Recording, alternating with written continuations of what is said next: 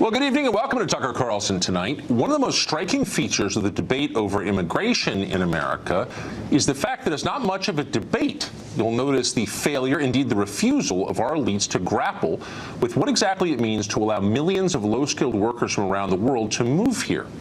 When it comes to details about that, they quote the Statue of Liberty and they move on quickly.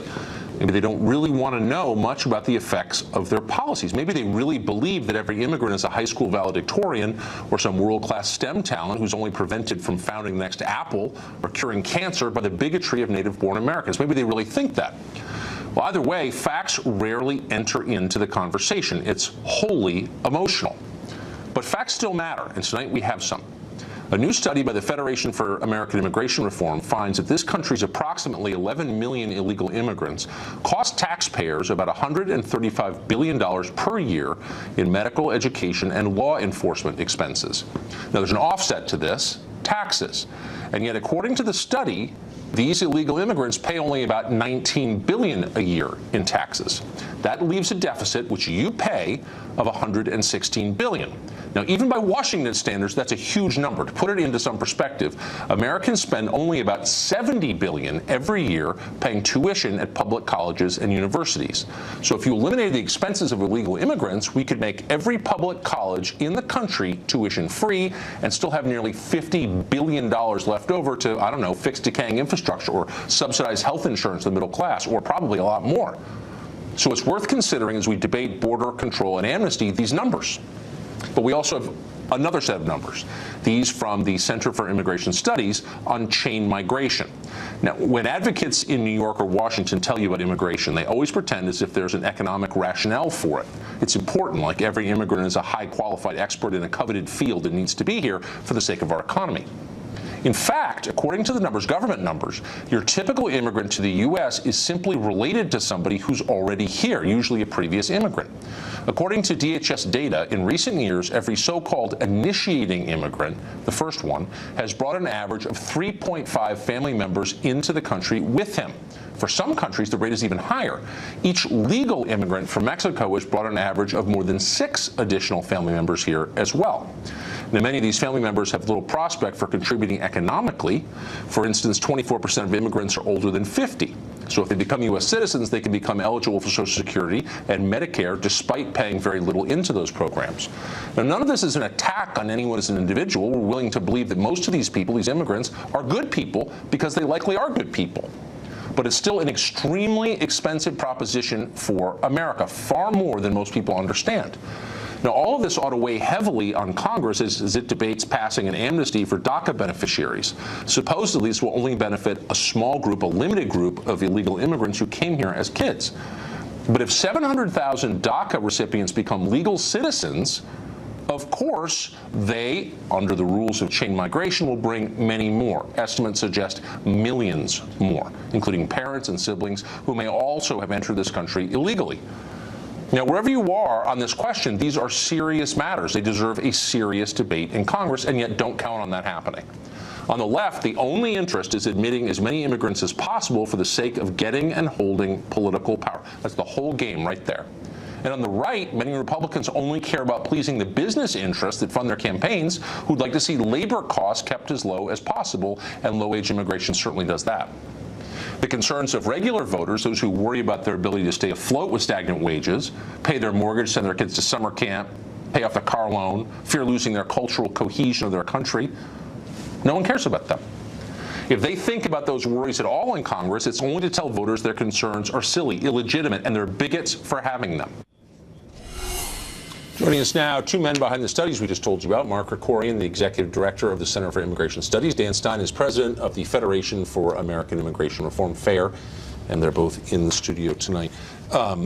Thanks both for joining us very much. So Dan, first to you. You produced a study that we just referred to that estimates the costs of illegal immigration.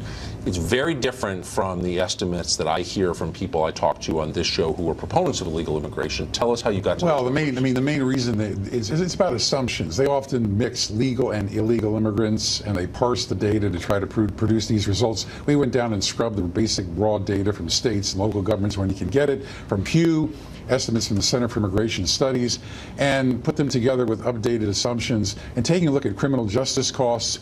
The children of illegal immigrants cost tremendous amounts in educational care. That's part of the reason why they underestimate the cost. They don't look at education costs, particularly for children of illegal immigrants who are U.S. citizens. They don't even count You have to include, no, you have to include those. And they tend to overestimate the taxes. Tucker, low-skill immigration is inappropriate to our U.S. economy. We don't import buggy whips. We shouldn't be importing low-skill immigrants. Most illegal immigrants, low-skill, average income, $36,000 a year. Negative federal tax liability. What you're doing is privatizing profits while commonizing costs on the taxpayer. It's a net loss for the community, for the American community, to be admitting or allowing illegal immigration to occur. Well, it's a net gain for rich neighborhoods because you get cheap help.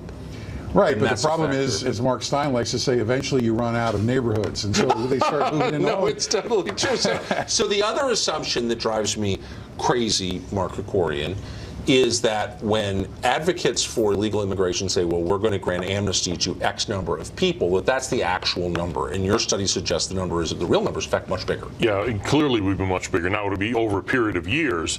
But if, for instance, Congress just amnestied the people who have this DACA amnesty that Obama illegally gave out, 700,000 people, we're talking at least 1.5 million people over the next number of years that would be coming in after them.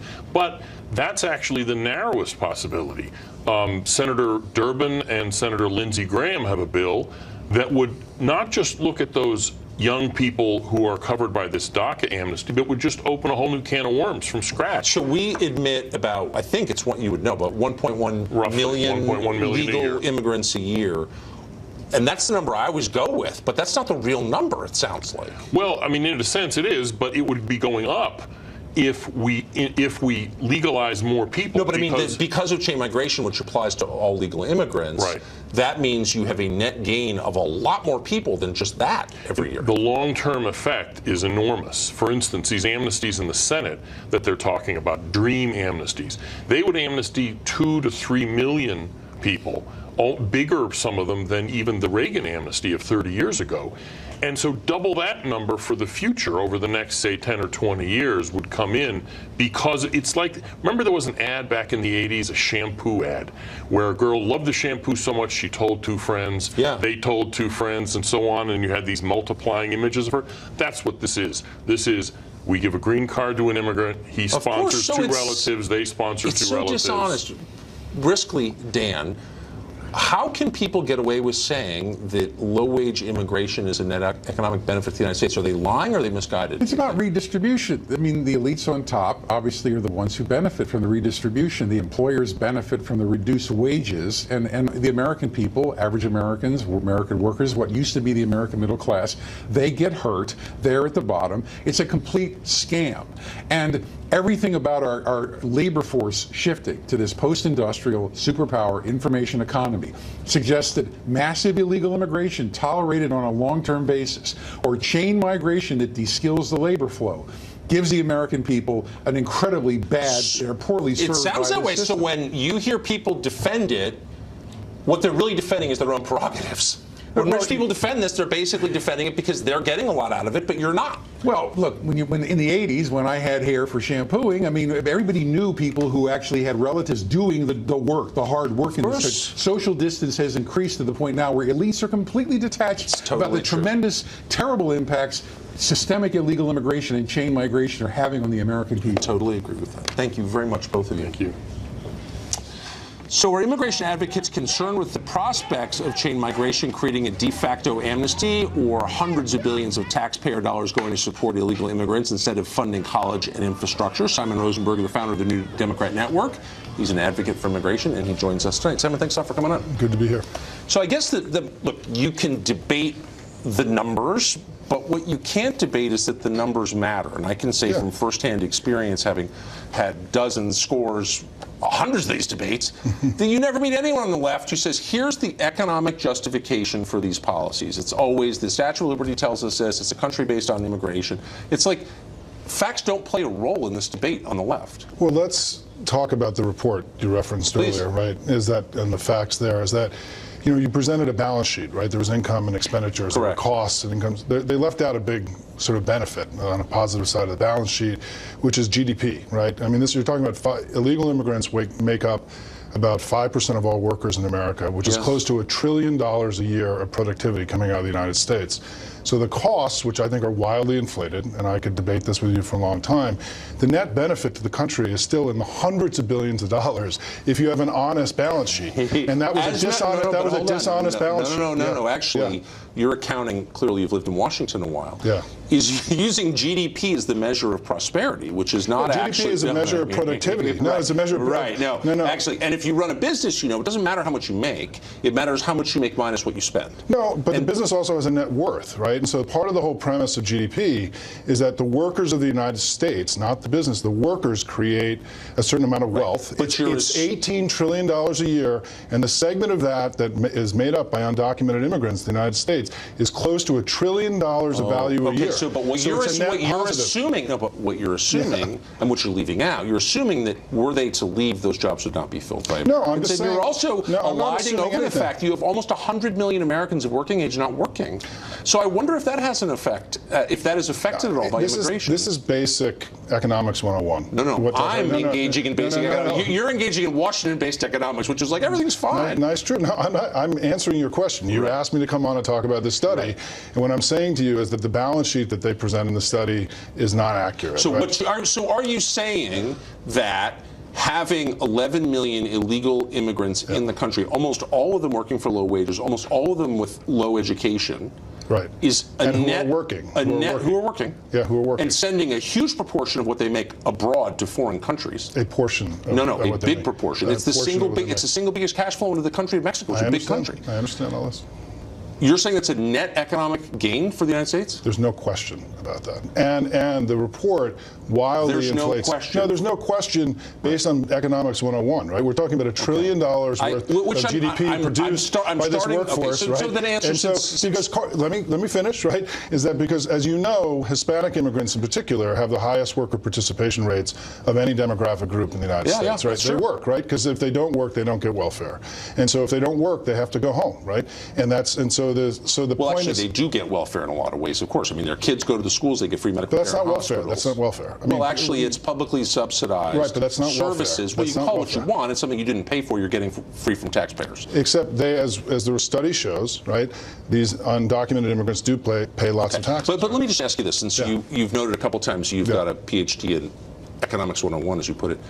The law of supply and demand, which you'll acknowledge is a law, says that if you have an overabundance of something, its value falls. That's why sand is cheap. If you bring in over 1 million low-wage workers every year into a country with a finite population, what do you think happens to the value of work at the low end of the scale? Do you think it rises? Do you think wages go up when you do that? No, I think the debate that you're trying to have here, I think, is a good one, right? Which is, what is the right number for people to come in? How do we make sure that assimilation is taking place? I'm just pointing out that what you're saying is just kind of silly, actually.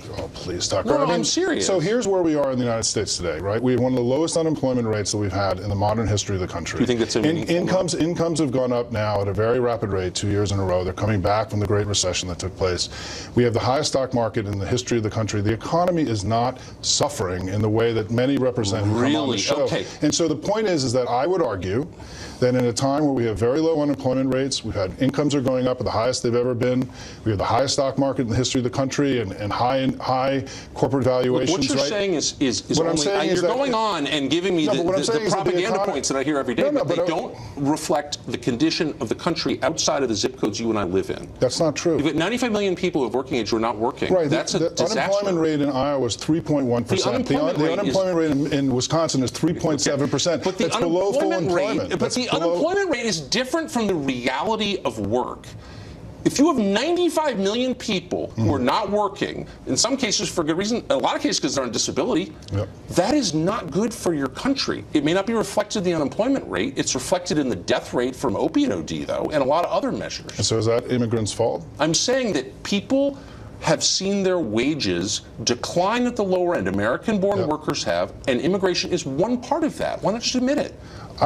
What we know from studies that we've done, my own organization has done, is that the impact on the lower end of the workforce with the rates of immigration we've had is demonstrable, right? There is no question about it. Then we agree. No, but can I finish? Yeah, of course. So, but overall net, right, for the economy, what I just argued is that for the country as a whole, the rate of immigration that we've had has produced far more benefits than costs. Okay, and I think that is an indisputable. I think that's an indisputable fact. Now right? you're filibustering. Let me just say, hold on. No, you said it, yeah. but I'm just to make the obvious point, which you conceded, which is yeah. those benefits, like all economic benefits in the last 40 years, have not been evenly distributed. Parts of the country are dying, and our part is thriving. Right. And I just think we should admit it. That's all I'm saying. Look, I'm happy. I write about this all the time. Are we done? Sorry, yeah. Louis telling me I got to go. We got a commercial break. Great to be here. Thank you, Simon. Good to see you. We've spoken a lot in the last couple of days about the NFL, the world's wealthiest sports league, and currently the central figure in the war of what respect is due to our flag. It may seem like it's got nothing to do with you if you don't watch sports, but we wanted to tell you how much you are paying the NFL every year if you're a taxpayer. According to watchdog.org, in the past 2 decades, NFL teams have received $7 billion in taxpayer support for their stadiums. Now, these stadiums, which are often privately owned, operated for a profit, are routinely financed by tax-free bonds, usually reserved for public infrastructure. The NFL enjoys a special exemption from federal antitrust law. Small number of people get really rich, you pick up the tab, and they mock the things that you care about, just so you know. Meanwhile, President Trump has continued to lob attacks at the league, at the Football League, predicting imminent disaster if they continue to let players protest during the national anthem. The NFL is in a very bad box.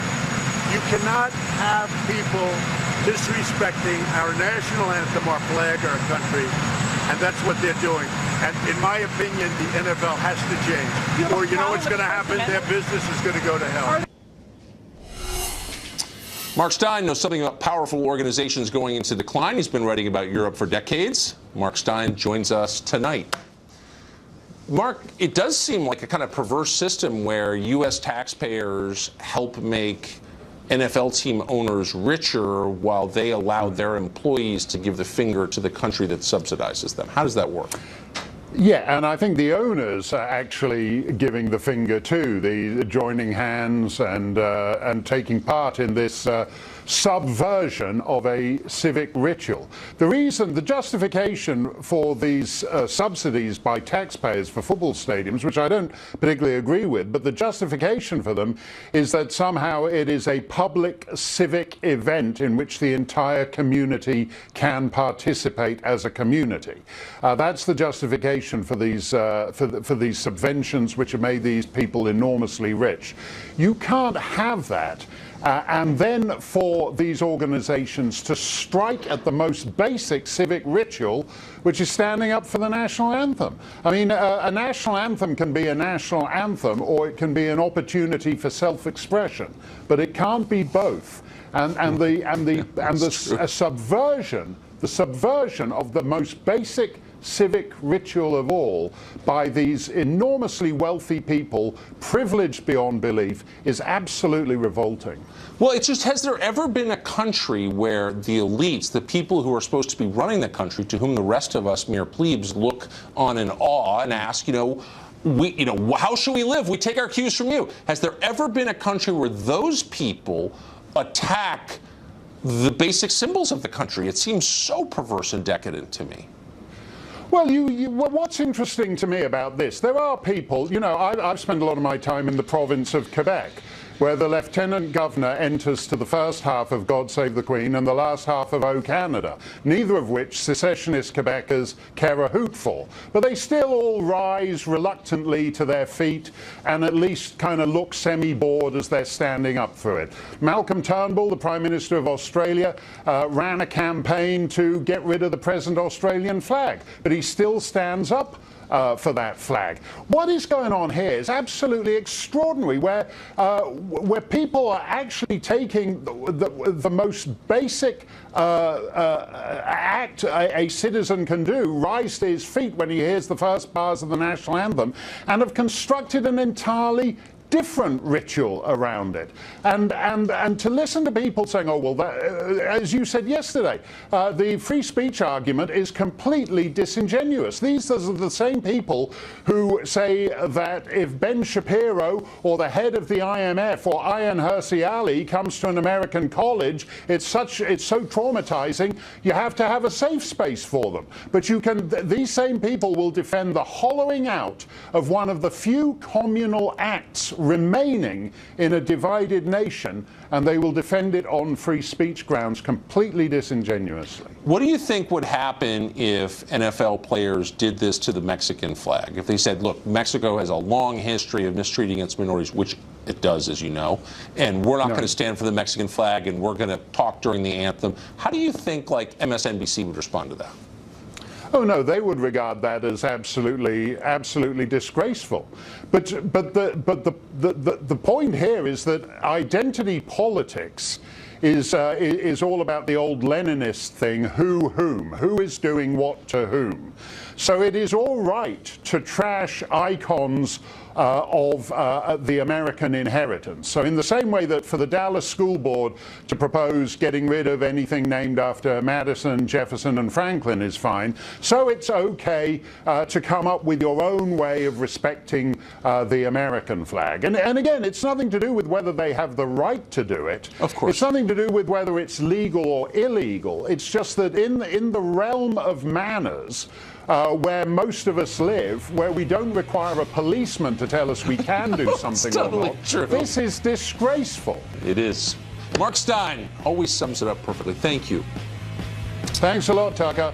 Up next, the left is obsessed with finding racism everywhere. We'll explain why, if they want to find bigotry, it may not be where they expect to find it. Also, Hollywood has become obsessed with the politics of Donald Trump and Russia. A new documentary about Armenian genocide, though, is being shunned in Los Angeles because it's, quote, too... You know, it wasn't that long ago that calling someone a racist was a big deal. It was a devastating attack on a person's character, if not blood libel. Now, everywhere you look, people just barely to the right of Al Gore are being denounced as white supremacists, white nationalists, neo-Confederates. It happened to us last week. On a website called Mediaite, blogger Justin Baragona wrote a piece entitled "Tucker Carlson Isn't Even Trying to Hide His White Nationalist Leanings Anymore." Is evidence for this? Well, it was a segment we did pointing out that the Democratic Party has basically given up trying to appeal to the American middle class and has started openly encouraging illegal immigration. We didn't mention race at all because it's irrelevant. Stagnant blue-collar wages hurt black Americans in St. Louis every bit as much as they hurt white Americans in Des Moines. So how exactly does that qualify as white nationalism? Well, Justin Baragona didn't explain, nor did he accept our invitation to come on the show and lay out his reasoning, because like an awful lot of name-callers, he's a coward. Too bad. It would have been interesting to hear someone tell us exactly what a white nationalist is and how we qualify. Baragona is not the first person to make that charge, by the way. It's absurd and untrue, not to mention conveniently imprecise, so typically we just shrug it off on the theory that it's pointless to argue with demagogues. But there's enough of that kind of libel flying around the country right now that we thought it might be worth taking a second to lay out clearly what this show believes on the question of race. Above all, we believe that skin color is not the most important thing about a person. What matters most is how you live, the choices you make, what you love, what you hate, how you treat others. Now that puts us at odds with the modern left, which classifies people first and foremost by their race. We think that's unfair. Your race is one thing you cannot control. You were born with it. That's why it's wrong to judge people on the basis of it. In fact, that used to be the very definition of racism before liberals changed the rules to exempt themselves from it.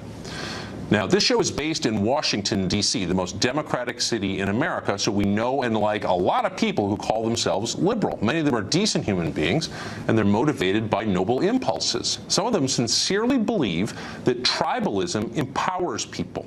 They're wrong. Tribalism diminishes people. It makes their unique qualities irrelevant. It lumps them into a pile with a lot of other people who just happen to look alike. It's dehumanizing. It erases the individual. Unfortunately, it's also politically hard to resist. Groupthink and race hatred are remarkably efficient organizing tools, as both parties have proved over the years. And so tribalism flourishes in this country. In the workplace, in the academy, in the media, the left has created systems where people are judged, punished, and rewarded solely based on their immutable characteristics. This is bigotry, the very definition of it. Yet, in an Orwellian sleight of hand for which they become justly famous, the left now claims that all who complain about this are themselves bigots. The most remarkable part is how quickly progressives have forgotten the lessons of the worst things this country ever did, slavery and segregation. Not everyone who looks alike is alike. Collective punishment is immoral. If you find yourself generalizing about entire groups, stop. It never ends well. And more than anything, people are more important than tribes. Every one of them is an individual created by God. Treat them that way. People are all equal, but not everybody thinks they equally deserve the right to say what they think in public. A student op-ed in Ohio suggests that speakers ought to be barred from campus if their rhetoric annoys leftists.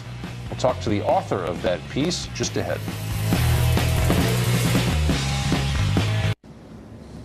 Well, Amari Garrett is a student at Denison University in Granville, Ohio. He recently wrote a piece for the student newspaper in which he says people shouldn't try to play devil's advocate.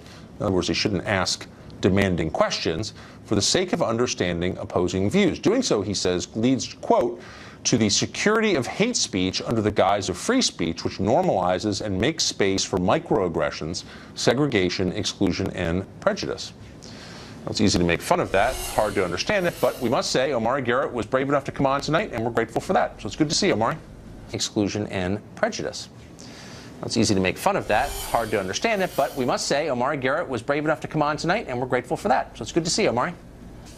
Thank you, Tucker. So first off, I guess it seems to me the key phrase in the paragraph I just read is hate speech. It's not a constitutionally recognized idea. As you know, there's no such thing actually as hate speech. But tell me how it's interpreted on your campus. What's hate speech?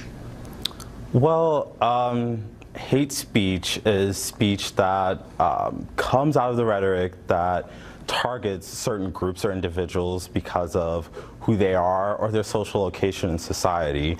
And what's more about hate speech is that it usually incites violence and brings harm to these people who white nationalists and white supremacists often target.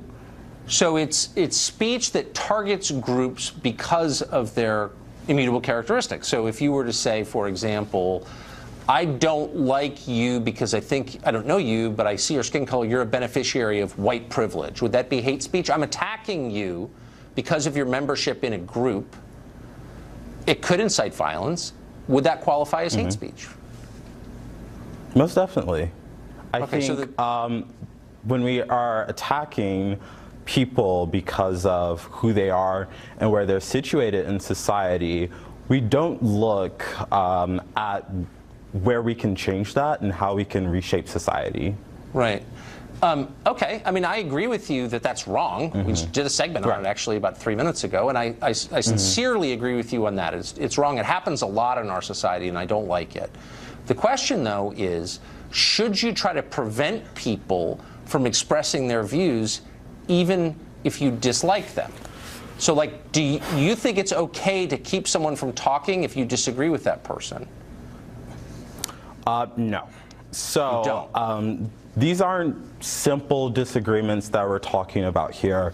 Oftentimes, when we're talking about topics of hate speech and free speech and the way in which rhetoric and speech has become so important is because of the demagoguery that has been witnessed throughout the recent election.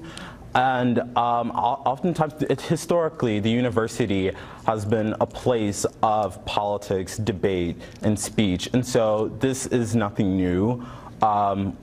We know that people like to espouse white nationalists and white supremacist views at campuses around the country and even around the world. But I guess what is, I mean, that's a debatable point that you just made. But the first point you made is not debatable, that traditionally colleges have been a place where people can say what they think, even if other people disagree. What's new, and I'm old enough to remember it, is that now students like you are saying, no, you're not allowed to express those views here. Yes, that's a new thing. Yes, it is. It is a new thing, and it's because we are now at a space in society where we're concerned for the safety of people, right? And so we have a change in society where we are no longer allowing groups of people to be targeted and come under the harm that how many, just at Denison, I've been to Denison in Granville, Ohio. How many students have been killed by white supremacists on your campus recently? No, nobody's been killed by white supremacy, but I'm sure that there are a lot of people living under the stress of white supremacy and white supremacist views. So if there I are make plenty you of white supremacists on the campus of Denison, so and if you speak to right, but hold on. You said that there was the fear of imminent violence, but you're conceding there hasn't actually been any violence. So the standard is if I make you uncomfortable. It's not about fear of imminent violence. It's about enabling people to carry out microaggressions, rather that be the use of the N-word, the use of different speech. And we're not just talking about. But what about? Hold on. When you watch television and you see, like in Berkeley, people with black handkerchiefs over their faces hitting other people with chair legs or spraying them with bear spray. That's actual violence. I think you'd agree. And there on the left. Does that kind of challenge the storyline? And the violence that's occurred from the left has been entirely reactionary to the white nationalist violence that has come from groups like the KKK and come from white nationalists. Because white nationalists are completely invested in violence. White nationalists target. I wish we had time for me. I don't want to be mean because you're just a kid, but I wish I knew using violence. Who taught you this stuff. I wish. Tell your professor, whoever taught you this stuff, to come on the show because I'd love to talk to him. You're brave to come on though, and I appreciate it. We're out of time, sadly. Thanks, Omari. Republicans have revealed their plan to overhaul the American tax code. The budget chief from the White House, OMB director, Mick Mulvaney, joins us next. After months of wrangling and talking about it, the Republicans have unveiled their tax plan. If passed, it would be the biggest tax reform, the biggest change to the tax code in more than 3 decades. The proposed bill would cut corporate taxes quite a bit, increase deductions, rather, and otherwise simplify the code substantially. Mick Mulvaney is the director of the Office of Management and Budget, the fabled OMB, and he joins us tonight. Thanks a lot for coming on. Thanks for having me. So there's always a winner and there's always a loser in any kind of change. Who are the winners under this plan and who are the losers? I think the winners are probably the middle class. They're going to end up paying less tax, and it's going to be easier for them to pay it. So it's a simpler, fairer system. About 90% of households, I think, Tucker, right now actually hire somebody else to do their taxes. That's not big companies. That's not even small companies. That's families are paying people. Ordinary folks are paying somebody else to do their taxes. And we let them pay less and pay it themselves, pay it more simply. And I think that's a big win for people.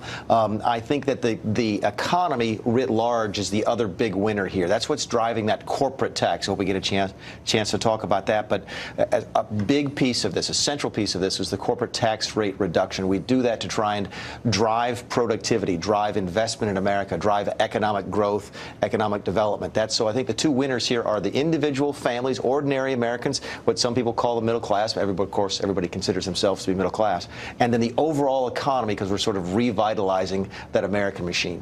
So who are the losers? I think right now, if you probably make a lot of money at the very high end and you have a very expensive house in New York or California, you're probably a loser, because one of the proposals is to remove the deduction for state and local taxes. And if you're living in a $2 million house in Los Angeles, California, you're going to pay more tax. So the idea is that if you, and they're almost all blue states that have these, New Jersey, California, New York have very high property taxes, but they're in effect subsidized by the rest of the country under the current code because they're deductible. That's why I think we could talk about the economic impact of a lot of these things, and I hope we do, but from a general policy, getting rid of that state and local tax deduction is a great policy, because you're absolutely right. Folks in places like South Carolina have been subsidizing folks who live in New York City for a long time, and it's just not fair. That's why we talk about a more fair tax code and getting rid of those types of So you say very rich people will pay more. What's the threshold for very rich? It depends. It's sort of hard to say, and it is. One of the things I think that everybody's learned as we've gone through this is is that there is no ordinary American family. There's so many different moving pieces and parts. You could live in a fancy house making a lot of money in a low-tax state, and the difference would be, treatment would be very different than if you're living in a house in a high-tax state. So you asked me who the losers were. Folks who are making a lot of money, living in a very expensive house in California. The winners are a lot of other folks, but it's sort of hard to say in between. So if I go to work every day and live off the wages that I make, you're a lot better off. I'm taxed at one rate. Yeah. But if I inherit a bunch of money and live off the dividends of the investments of the money that I inherited, I'm taxed at a much lower rate. Why is that? Why is that fair, and will that come closer into balance? Say that again. I didn't follow the question. I'm sorry. Well, our taxes on labor are far higher than the taxes on capital. Correct. Right? So if I inherit a bunch of money and live off the dividends of my investments of that money, I'm paying a lot less than someone who just works. So you're absolutely right. If you're making $50,000 in dividends, is it really going to be different than $50,000 in earnings? To a certain extent, perhaps, but keep in mind, we're increasing the standard deduction here to take it, I think it's to $24,000 for a family. All right, which is a lot of money to be earning in interest if you've inherited from someplace else. But if you're a family making $24,000 a year, your effective rate is 0 on that. Right. And I think that's what's more important to you. But we're still taxing. I mean, we tax things based on whether we think they're good or not. So cigarette taxes are so high, and solar panel subsidies are real. So like, I never really understood why we tax investments at so much lower rate than we do. Actually, I think we're trying to move away from that. Clearly, we don't get rid of all of those discrepancies. Right. But we do move away from a tax code that is driven towards behavior. Most of the deductions are gone. Most of the loopholes are gone. In fact, I think the only ones that we're really sort of pushing right now are the charitable deduction and the mortgage interest deduction. Yep. Everything else pretty much gone. So tell me that tax break you got for buying a solar-powered something or other, I mean, all of that tax code, the use of the tax code to drive your behavior, we try and get rid of because we don't think it's fair.